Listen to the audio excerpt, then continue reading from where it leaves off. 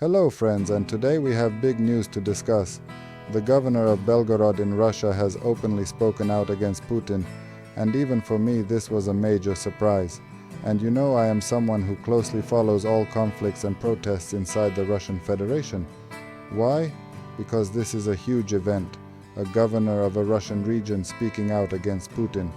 But honestly, it is also very predictable.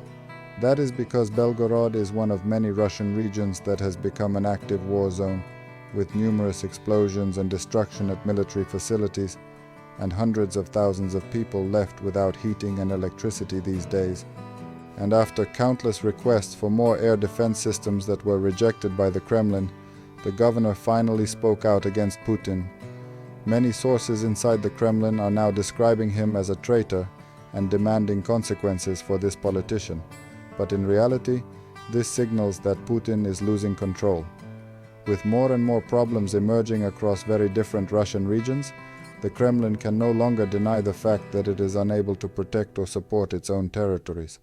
And more Russians are joking that somehow people in Ukraine feel safer than in a country that once called itself the strongest in the world. So let us discuss what this conflict between a regional governor and the dictator of Russia means for the collapse of Putin's regime, a collapse that I am convinced we will witness together. Subscribe and share this video to spread the good news. Let us begin with a brief introduction to the Belgorod region, in case you do not know much about this active war zone inside Russia. Belgorod borders Ukraine. In fact, it borders several Ukrainian regions.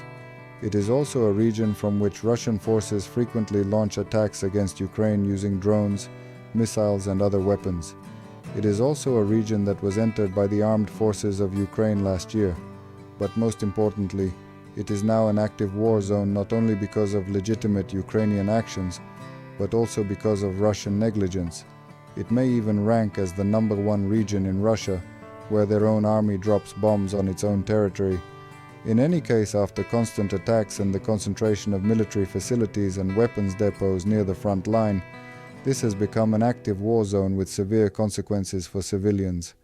That means no heating, no electricity, and the governor has no real explanation for why the situation is so bad, especially when Russian state television claims that everything is going according to Putin's plan. As I understand it, he begged the Kremlin for more air defense systems for this frontline region, perhaps 100 times. This winter the situation became truly terrible for them, because let us be realistic, justice eventually comes. Ukrainians, after 4 years of this war, now understand much better how to defend themselves, while Russians are becoming poorer, angrier, and more frustrated with each passing month. So the governor pleaded with the Kremlin for more air defense systems to protect his own population, and the Kremlin responded no, and once again no. Eventually, even the patience of a typically patient Russian politician ran out, and he began speaking out against Putin. He stated that perhaps the lives, safety and warmth of the people of Belgorod should be a higher priority for Putin than bombing Ukraine, and it is worth adding, bombing Ukrainian kindergartens. So finally, those who have tasted their own medicine are beginning to see the difference in priorities. Heating and electricity in Belgorod now seem more important to them than the golden darkness of the Kremlin, yet the Kremlin does not listen. It is quite revealing to watch this governor's video addresses. Many have begun copying the style of Ukrainian political speeches, but it all looks staged and artificial. To residents who are waiting to be evacuated from certain areas of active combat, he tries to provide explanations, but in reality he has none.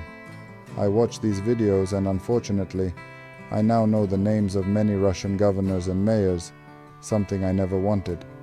But now, every day, they are forced to record messages attempting to explain Putin's failures, even though they do not want to share responsibility for them. More and more Russians are discussing the possibility of a coup and agreeing that it is very possible in the year 2026. They are only debating what is more likely, a military coup or a political one. And when governors and members of parliament begin openly speaking out against Putin for the first time in a quarter of a century of his rule, that means a great deal. Believe me, now is not the time to appease Kremlin evil. Now is the time to defeat it, or to watch as its own allies destroy it first.